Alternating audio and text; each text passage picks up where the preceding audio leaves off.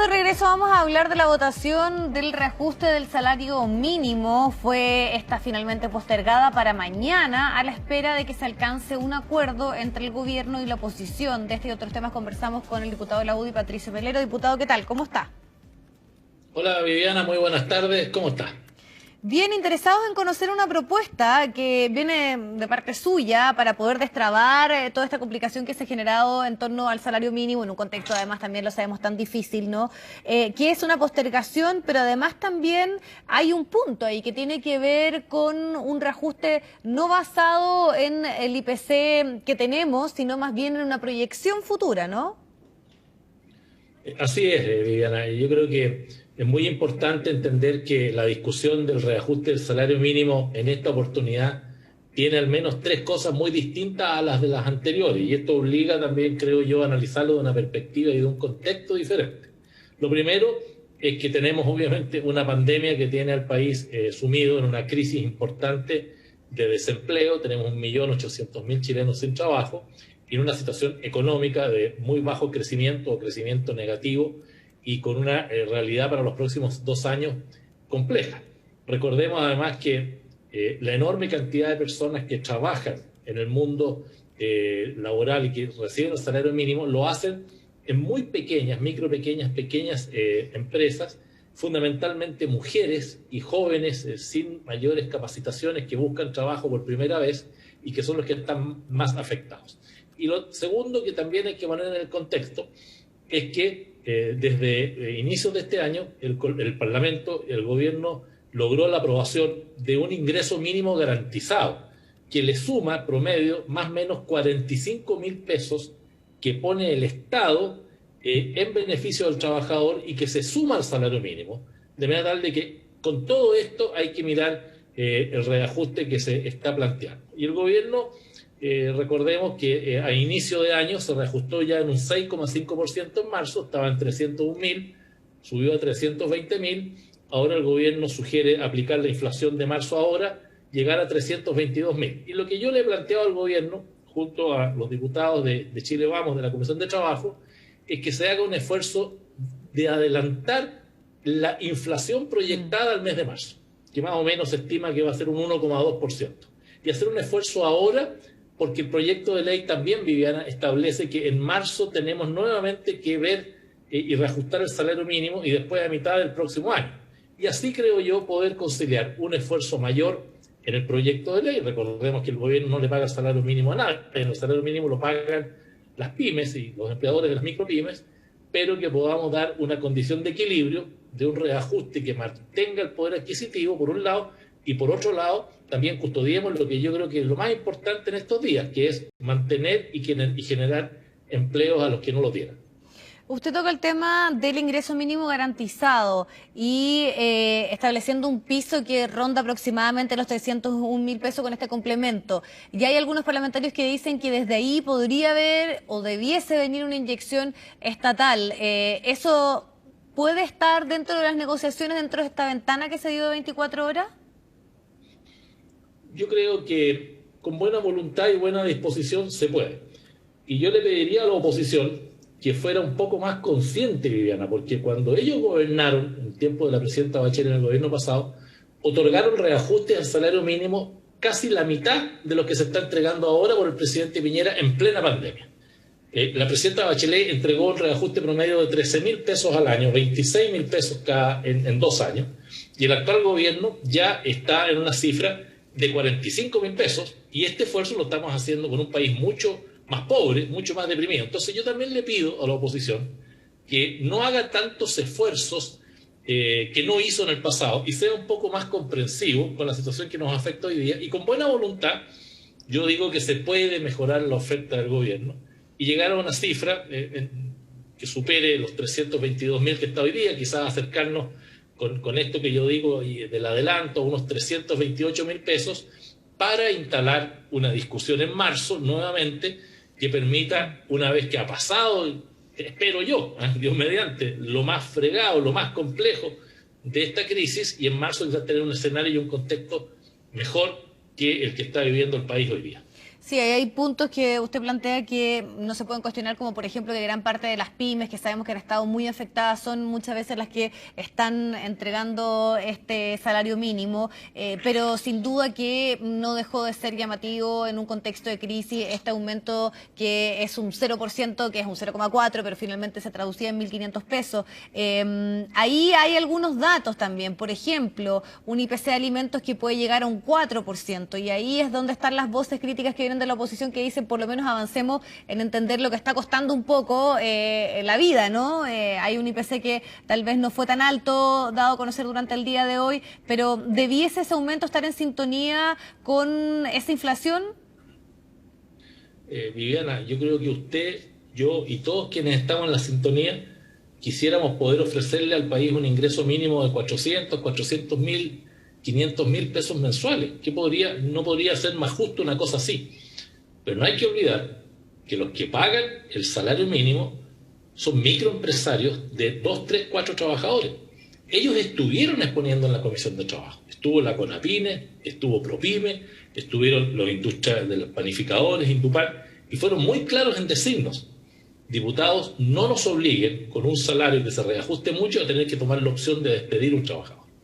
Y yo creo que hay que ponerse en el contexto de las enormes dificultades que vienen acarreando estas pequeñas industrias desde el año pasado, Viviana, con la crisis de violencia, el estallido de octubre, la guerra comercial entre China y Estados Unidos, y para qué decir ahora con el COVID. Entonces, está bien, yo creo que hay que hacer el mayor esfuerzo posible en el contexto de lo que está, y no olvidar, porque a veces pareciera ser que no se quisiera valorar lo que fue la ley del ingreso mínimo garantizado. Viviana, eso lo están recibiendo hoy día 300.000 trabajadores, que a los 320.000 que reciben le suma a usted 45.000 pesos más en promedio. Entonces no nos quedemos en la cifra sola de 320.000 del ingreso mínimo, sino que también veamos el subsidio del Estado, que no sale del bolsillo del empleador, sino que sale del bolsillo del Estado, para no afectar justamente a esa pequeña o microempresa que tiene que pagarlo, y así ayudar más a los trabajadores chilenos. Así que yo creo que el esfuerzo tiene que ir también de la mano en la medida que el país se vaya recuperando económicamente. Sí, diputado, para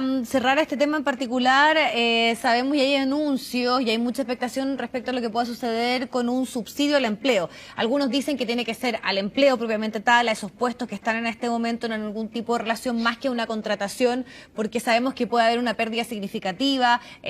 Hay muchos chilenos que se han acogido a esta normativa que permite tener un tipo de relación contractual suspendida por el momento a través del pago en el seguro de cesantía, pero hay muchas, sobre todo empresas del rubro gastronómico, sabemos, ligadas al turismo también, que tienen pocas posibilidades de poder levantarse en el tiempo cercano. Entonces, se debiese también hacer un complemento respecto a cómo trabajar y discutir el tema de empleo, y en esto en puntual que yo le decía, que es un subsidio a los empleos que ya están en este momento en una cierta fragilidad, más que la nueva contratación.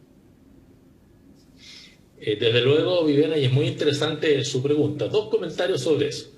La semana pasada el gobierno envió el tercer proyecto de seguro de cesantía, que felizmente se aprobó, que va a permitir ampliar la cantidad de meses de cobertura y no terminar como podría haber terminado para los que empezaron a recibirlo en marzo, ahora en octubre, y se prolonga hasta marzo del próximo año, y basta un solo decreto presidencial en virtud de cómo vaya evolucionando la pandemia para hacerlo. En segundo lugar, también, como el seguro de cesantía, usted sabe, va bajando. El primer mes son 70, el segundo mes 50, después 40 y después 30. Ahora se congeló y no puede bajar más allá de un 55%.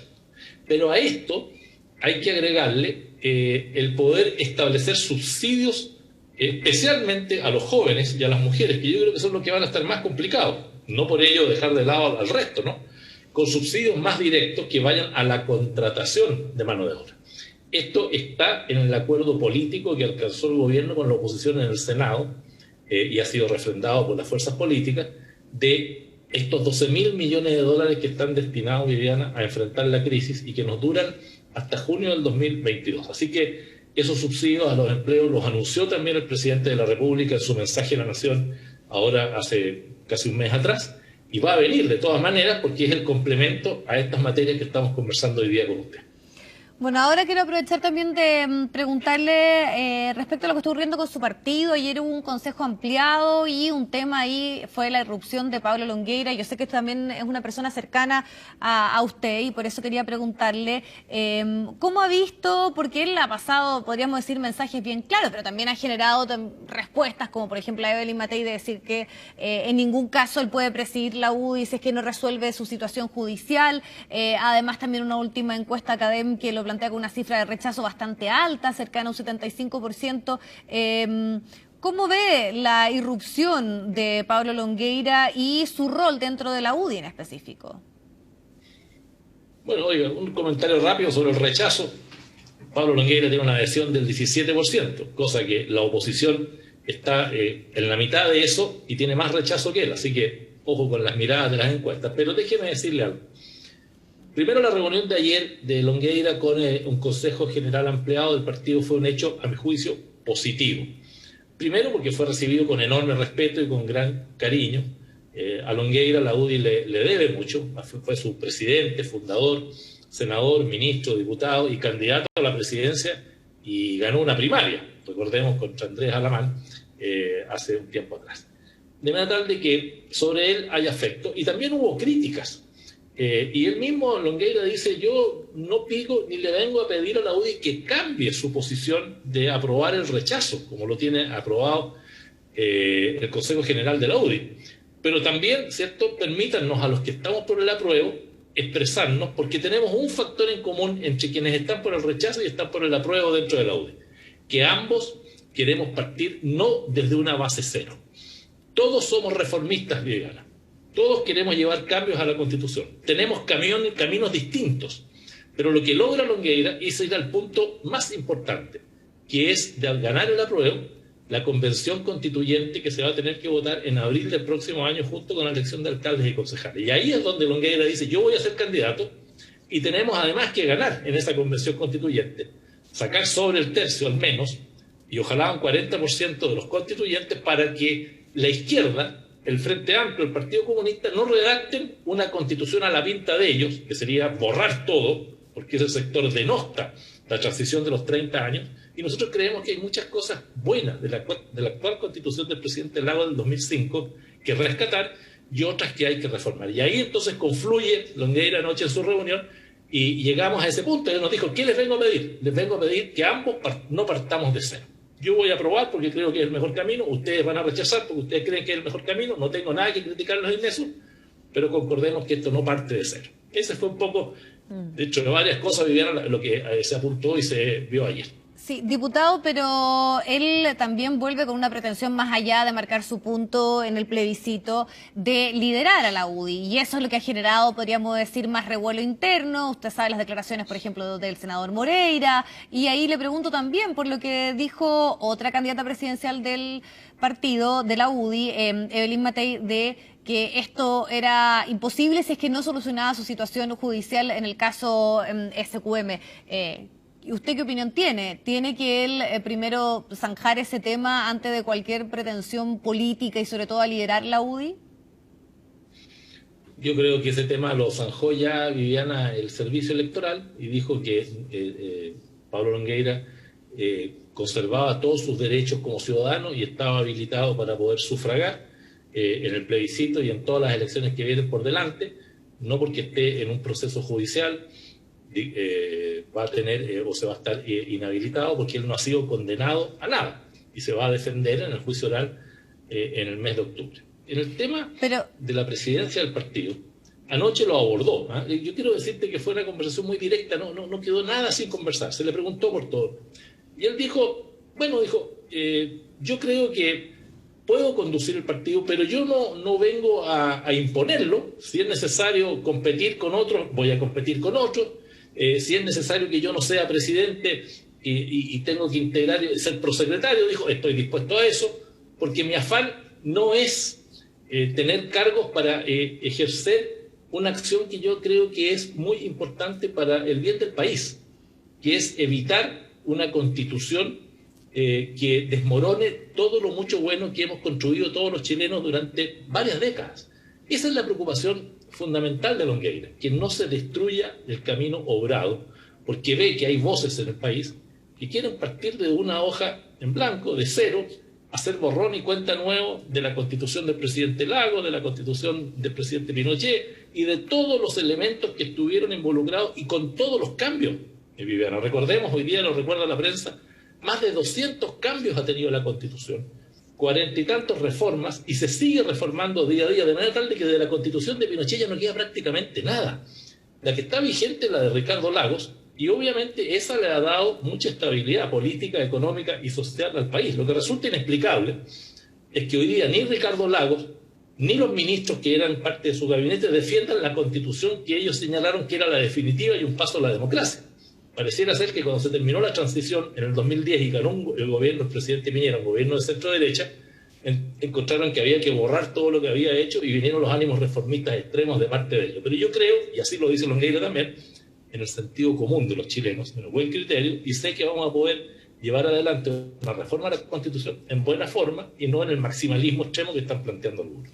Diputado, le agradecemos el tiempo. Obviamente todos esos son temas que se van a partir por determinar el día 25 en el plebiscito. Muchísimas gracias. Que esté muy bien. Muy bien, muchas gracias.